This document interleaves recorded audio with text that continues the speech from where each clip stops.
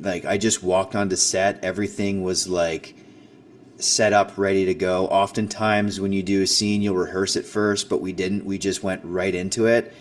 And I saw Kiana and I saw the makeup, and I immediately burst into tears. It was like it was crazy. I've never had anything like it. Welcome to Survive the Shows. Welcome everyone to this exciting interview segment here at Survive the Shows.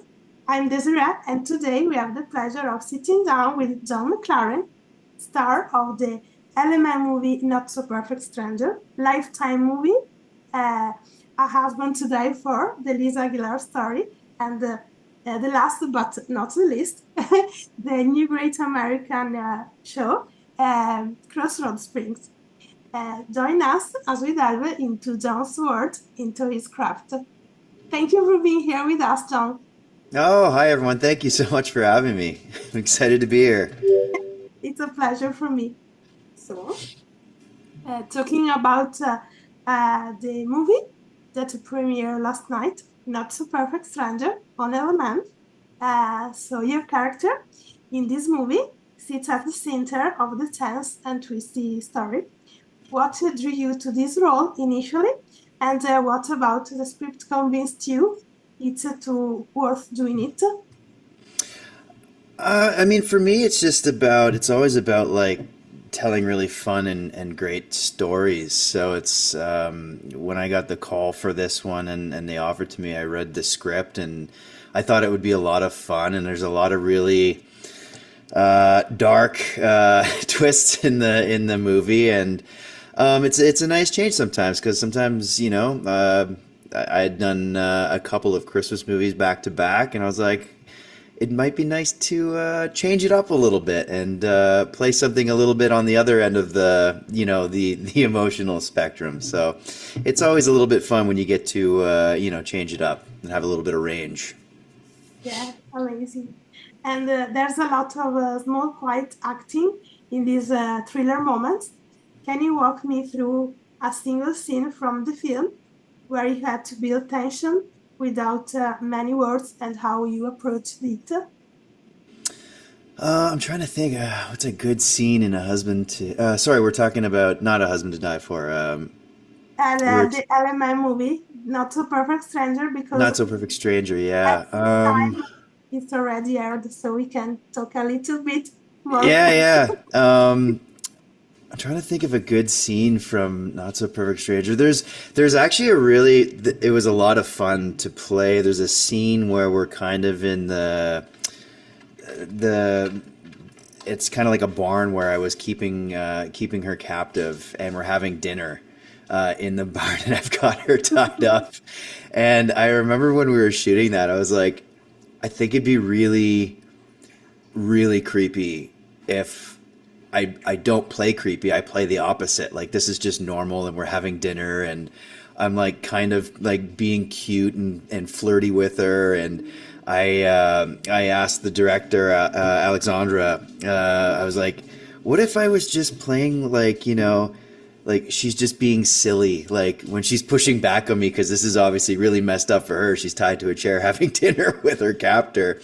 And I was like, what if I just like was really cute, and I was like, oh, you're such a silly goose. Like, that was one of the lines that I was like, what if I just throw that in there? He's like, try it. And I tried it, and like he cut, and he was like, he was dying laughing because it was so creepy. And I was like, perfect. I was like, great. He's like, keep doing that. And I don't know, it was just, it's a lot of fun, because it's, I think a lot of times when you get these roles, it's really easy to go full into the creepiness of it versus like what's really driving this character. And like in his mind, he really does love this girl in his mind, even though he's taken it way too far. So I think that was one scene that like really popped out to me as like a lot of fun to shoot, because it was just the act of playing it so normal and almost like cute or hallmarky was making it that much more creepy given the circumstances. Great. And element thrillers, in general, often depend on chemistry between characters. Who on set surprised you with their approach? And did any off-camera relationships influence your own screen choices? Yeah, I mean, chemistry is so important, and luckily everybody on the cast was fantastic. I mean, Kristen Comerford is such a pro, and I mean, I kind of hit it off with all the cast, which was really nice because it's just when you become quick friends, it's really easy. Excuse me, it's really easy in any scene when you build that relationship with your scene partners to try different things, like like playing it cute and flirty, and like everybody, there's a level of comfortability that's there that allows you to play more in the scene. So it was nice. I mean, Kristen and I hit it off right away, and she's such a solid actress and is really open to playing and trying things, and there was no real like boundaries at all. So it gave us the opportunity to just have fun with it. And I think it turned, sadly, I haven't actually seen the movie myself yet. But I'm hoping it turned out really well, and I'm hoping people are really, really enjoying it. Amazing. So, change of subject, talking about her husband to die for, the Hmm. Lisa Aguilar story. And this movie is based on a real case story. How did you research the real events or people involved? And did you meet with anyone connected with the Lisa Aguilar story?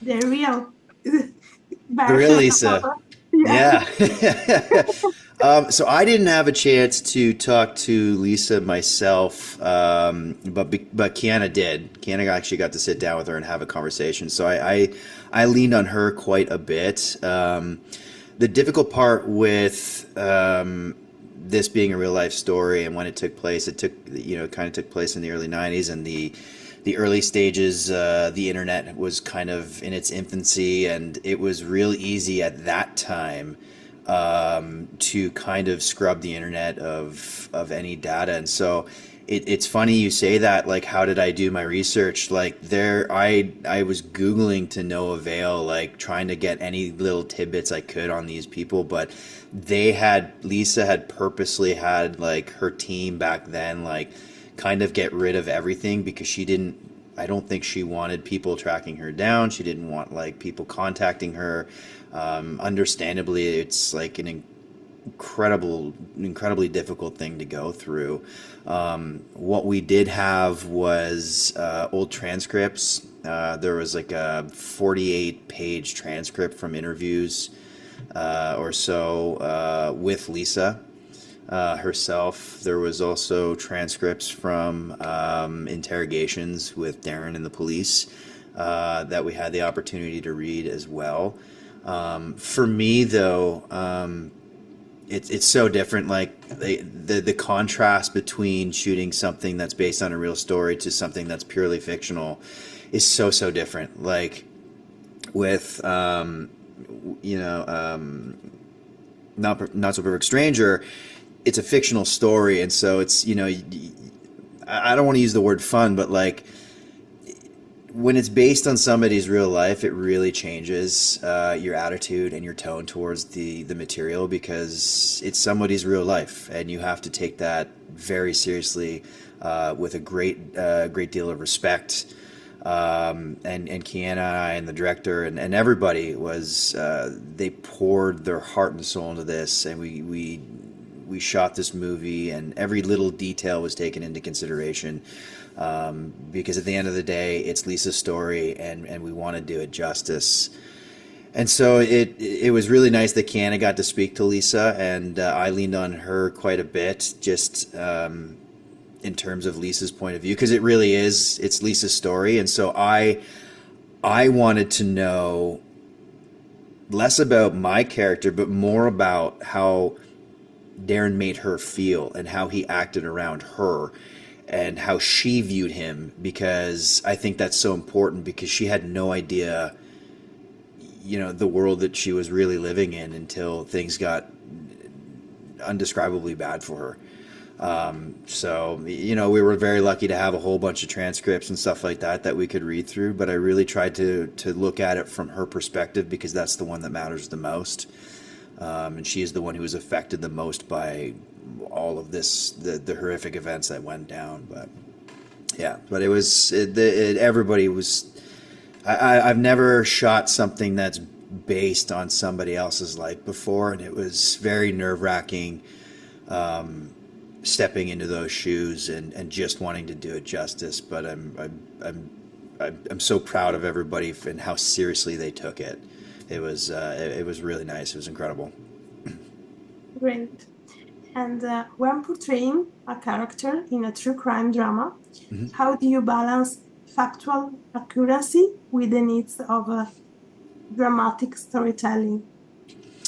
Yeah, it's tough because it's again, it is based on a true story, so you just kind of have to operate in the realm of what you think was going through their heads at that time, and even if it's not a perfect recreation of a step by step of the events, it's just kind of doing those events justice and getting as close as you can given what you're handed to you, in terms of the sets we're working on and the locations and time constraints of shooting a film, and you just have to stay focused. You have to do your best to do it justice in the best way that you possibly can, and again, always keep in the back of your mind, this is Lisa's story, and she's a hero, and you just want to do that justice, even if you're myself, playing the character that everybody is going to hate. You still need to operate within, this is for Lisa. You want to tell it, be as truthful as possible, and pray for the best and pray that Lisa and her family are okay with the outcome of the film and how it turns out. And which moment in the movie felt most emotionally risky to perform, and why for you? And how did you prepare to do it? This was no joke. There is a scene where it's after the I don't want to have too many spoilers or anything like that because it hasn't been released yet. But there is a moment after. How do I say this without spoilers? There was a moment where I saw Kiana in full makeup, and they didn't let me see her before, and she was kind of she was not in good shape. I'm sorry, I'm trying to skirt around any spoilers or anything like that, but I didn't see her that day before, and I just kind of walked on set, and I will just say a massive thank you to our director, to the crew. Nobody really talked to me. Nobody, I just walked onto set. Everything was set up, ready to go. Oftentimes when you do a scene, you'll rehearse it first, but we didn't. We just went right into it. And I saw Kiana and I saw the makeup, and I immediately burst into tears. It was it was crazy. I've never had anything like it, and the mood was just very, very quiet, very somber, very professional, respectful, and I've never experienced something like that on set. It was literally they brought me to set, they sat me where I needed to sit, and they were just like, are you ready to go? I was like, yeah, okay. And then action. There was no rehearsal, nothing. And she walked out, and I was just a mess. And I was like kudos to everyone on the crew and the makeup team, and everyone was just on point, and it was incredible. You can't see it on camera. My hair is standing up in my arms right now. I'm getting goosebumps just going back to that moment. But it's when people watch it, I hope they recognize which scene that is. But yeah, I don't want to spoil anything, but it was something else. It was incredible. And can you describe, if you can, a Mhm. directorial note you received that changed how you played your character in that determined scene?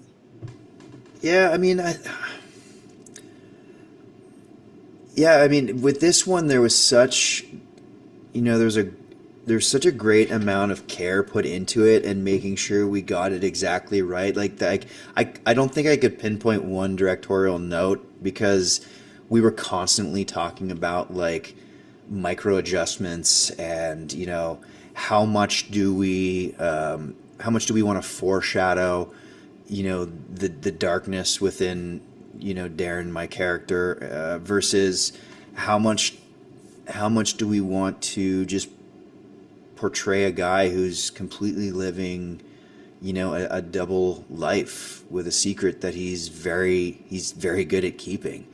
So it was a very thin line, and it was always a constant conversation on set, and shooting a take, cut, and then okay, like, well, what if we do it this way, or what if I dial this back a little bit, or what if I turn this up a little bit, and like really, and that's where I'm really grateful as an actor, because we get to do different things, we get to have a conversation, we get to really try to nail the essence of what we're trying to portray, and it was yeah, it was great. I couldn't pinpoint one moment, but like the conversation was constant because we wanted to get this right and really nail the performance.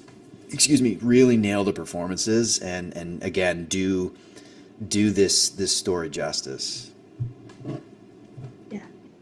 And looking back at the finished movie, is there a scene you're most proud of, or that you think will stick with the viewers, and why? So that's hard because I actually haven't seen the final product yet. Like, Okay. what's really interesting is like a lot of people don't know this probably, but like we kind of go in and we shoot the film and we do our job, and then all of the editing or the post process we're completely, like, once we're done shooting, we're kind of done shooting, and then we typically don't get a copy of the film till after it's aired, and that's just for safety purposes. It's just to protect the film, to protect it from like leaking, somebody putting it out Yeah. there. Like, not that I would ever do that, but like oftentimes actors don't get copies of the film until quite a bit after a film has aired, just for those purposes. So we're not like editing and pulling scenes and posting it on our social media and that kind of stuff, because you need to give the film time to breathe and air, and have the fans watch it and take it in. So I haven't actually seen it yet.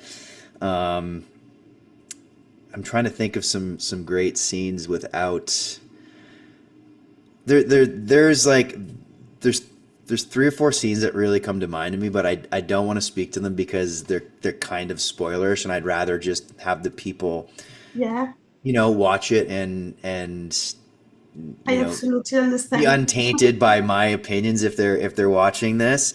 There was a cool one. This is not a spoiler, and I'm a golfer. I golf quite a bit in the summertime, and I was really excited because the character is an aspiring golf pro, which I will never be. I'm not that good, but I do enjoy golf. But we got to shoot a scene on a golf course, and this won't ruin anything in the movie, but it was really neat because I got to be halfway up one of the holes and actually hit balls, and we had a drone fly from the green that was 150 yards out towards me. So they would call action, and then you could hear the drone being like zzz, like coming towards me, and I had to wait a couple of beats, line up the shot, and hit it, and I hit the ball really well on one take, and I could have sworn that I almost hit the drone. Like, it looked like it looked like it went zoom, like right over top of the drone. I was like, I was like, that was almost a tens of $1,000s mistake. It was very close, but that was just a really cool for me because I'm a golfer, and I was like, I get to do it on camera. Great. Yeah. And lifetime audiences are passionate. what do you hope viewers will take away from this movie about the nature of relationship, trust, or justice? I hope they just take away how much of a hero Lisa is. Like it is unthinkable what she went through, and the amount of strength and courage and I've spoken to others about this movie, and really the one word comes to mind is just she is a hero. It is incredible to go through what she went through, and I hope that is portrayed in the movie. And you know, if you are somebody who is unfortunately experiencing any level of domestic abuse, you know, I hope people find strength in this. I hope they find the courage to speak up and protect themselves, because it's not okay. And honestly, that is the biggest thing with this film. You know, aside from enjoying it, is just, you know, opening people's eyes that these things do exist. These things do happen, and it's people like Lisa being strong enough to fight through this and surviving through these situations that I hope people, that's what I hope people take home from this, is to not be afraid to speak up and fight for what's right. Amazing. So, change of subject, talking about something. Something a little lighter. Yeah, exactly. Yeah. Crossroads Springs. Okay. Feels built around community and slow burn relationships. How does your character fit into the town, and what's their core motivation in the season 1? Yeah, so this is quite the change of of tone. Yeah, Crossroads Springs has been incredible. So I play a character called Lewis Hedges, married to my wife Tina Hedges, and we have moved to Crossroads Springs for a better life, not only for ourselves but for our little bundle of joy that's on the way. Tina is 8 or 9 months pregnant in the show, and so we've moved to Crossroads Springs to build a better life for ourselves. And Lewis, we start off in season 1. Lewis has unfortunately moved there for a job at the local plant that unfortunately he gets let go from, and the plant shuts down. And we kind of start off at the beginning of season 1 with Lewis and Tina having fallen under hard times. Not only without work, but you'll see there's some stuff with the place that they're living that I don't want to, again, spoilers, I'm sorry, but they're just not in a really great place, even though they continuously try to stay positive and strong for one another. They're always lifting each other up. If one's up, you know, if one's down, the other one's lifting the other one up, and they're kind of the perfect yin and yang to each other. And they have a really beautiful relationship in that sense, that they're always supporting each other. And you'll see through this season 1 of Crossroads Springs, there's certain people in the community that help also to lift them up and make things a little bit better for them. And it's really great. The reactions so far to season 1 have been phenomenal, and people seem to be really happy with not only the show but our characters as well. So we're grateful that people are really resonating with Lewis and Tina. Amazing. And small town shows live or die, but assemble chemistry. Mm-hmm. How did the cast build trust during rehearsal, or downtime to make that feel authentic? Yeah, it's chemistry on shows is a funny thing. And like, I walked into Crossroads Springs having not known or worked with many of the cast before, with the exception of Sean Johnson, who's on Homer. Heartland, sorry. All the H names.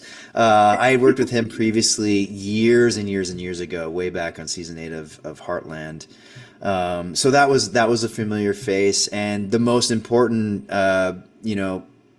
chemistry that I have on the show is with my wife Tina, played by Erin Agostino, and thankfully Erin and I are actually very close friends in real life. We had met probably 4 or 5 years ago on a Christmas movie for Great American as well, called Christmas on Windmill Way, and we had hit it off on that and immediately like became like best friends, and to this day, ever since, we talk like every other week. We're constantly helping each other with self tapes or auditions. And so luckily for us, like being married on the show, like that chemistry was like already there and built in, and like that's who I have probably 90% of my scenes with.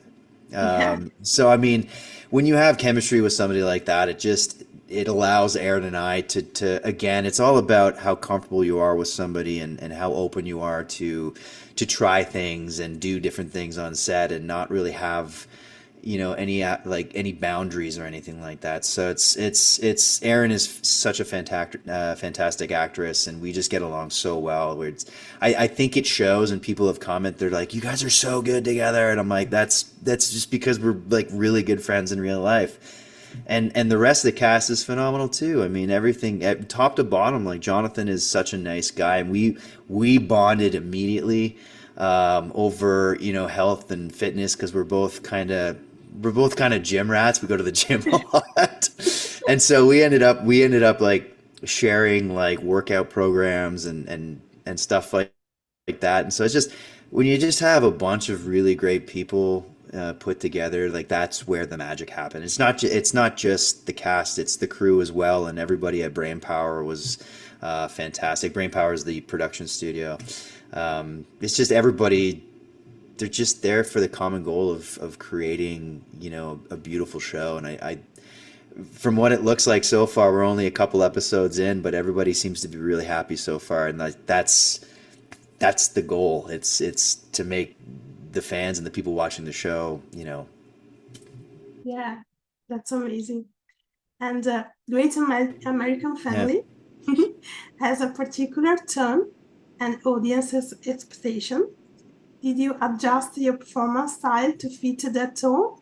And if so, how? Yeah, I mean, Great American, they deal a lot with family, community, faith, and a lot of their projects are written as such. And so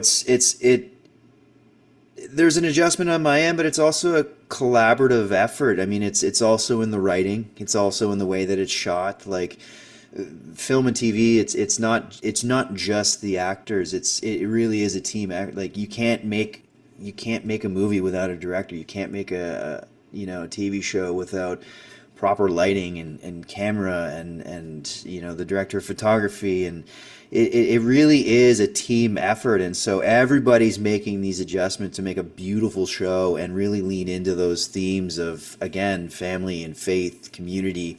And when it's written so beautifully,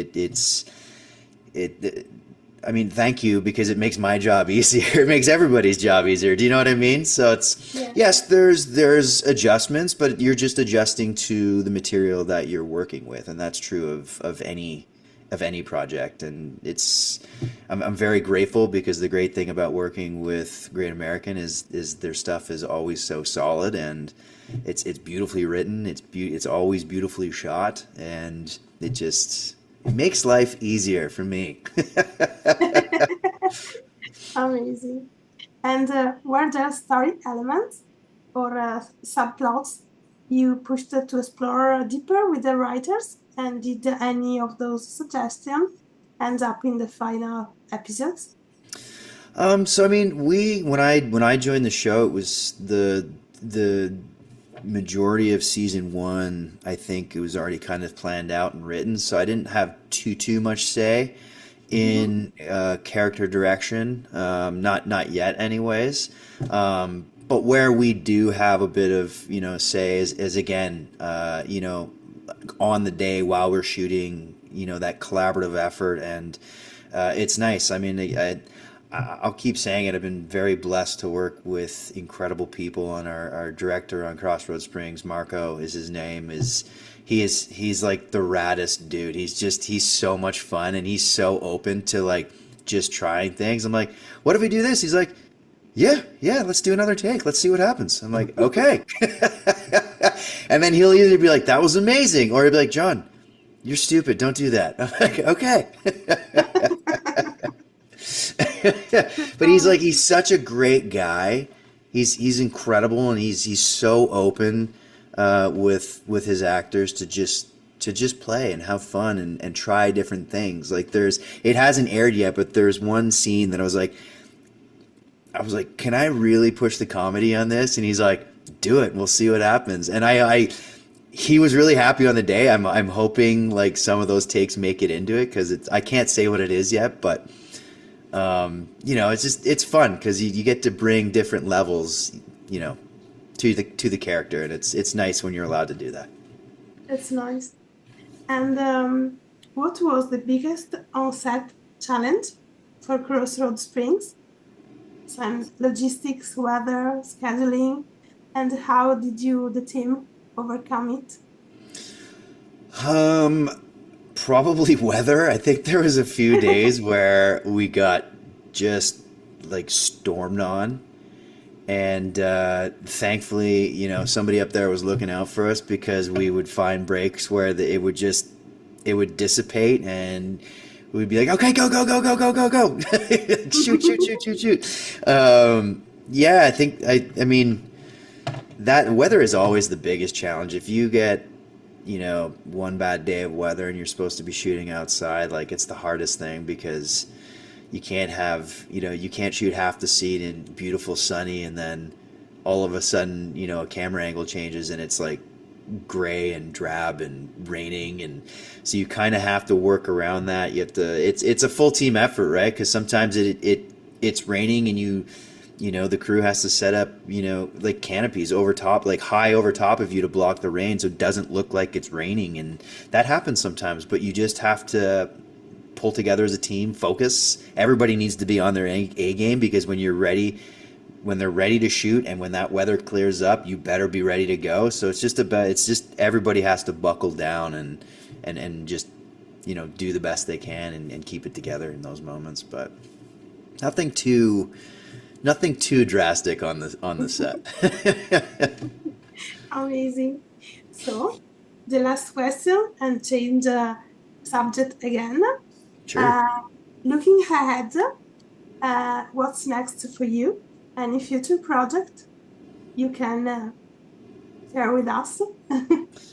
I mean, unfortunately, in this industry, most of the time when you have a project that hasn't shot yet, you're not really allowed to talk about it. It's usually sign NDAs, and it's kept under wraps. I mean, they did announce, and I'm so happy and excited. They announced 4 new episodes of Crossroads Springs that we're going to be shooting. I think in like 10 or so days. I think we start mid-September-ish, depending on when you air this. Roughly around that time frame. I don't have official dates yet, but I'm super excited to get back to Crossroads Springs for another 4 episodes. And I think the fan base is, from what I can tell, they're super stoked as well that we've got another 4. I've got another project that another film project I'm not allowed to talk about yet. I'll say that. Yeah. And I'm also working on a video game right now, but I can't say what the video game is, and that'll be a long road. Video games take usually 3 to 4 years to complete. But I got some stuff coming. I'm super excited, and I hope people are excited as well, especially for Crossroads Springs, because that one's been announced, and we'll be back soon. Great. We can say you have a Christmas movie for a Great American Family, because they announced it already. That one we can talk. I was referring to the secret one. Okay. Yes, we can talk about. It's called Christmas at Midnight Clear. I wrapped up shooting that one probably 2 weeks ago now, maybe 3 weeks ago. Sometimes time gets blurred sometimes. Yeah. Yeah, so we wrapped that one up about 2 weeks ago. It's a really sweet story about a small town, Midnight Clear. The town is struggling financially. I play a character named Daniel Porter, who is a pastor in the town. So not only is the town struggling, but his church itself is actually falling apart, and he has to deal with a development company that comes in and wants to basically take over the town and, you know, do what development companies do and build their condos, but he has to change a certain little lady's mind, played by Alicia Josipovic,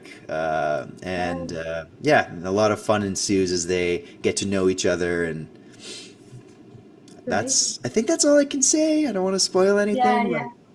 It's again, it was a great cast, great crew. Alicia's absolutely fantastic in it, and I'm really excited for people to see it. I don't know when it's airing yet. Obviously, Christmas season sometime, but please stay tuned because it was a lot of fun. I think people will like it.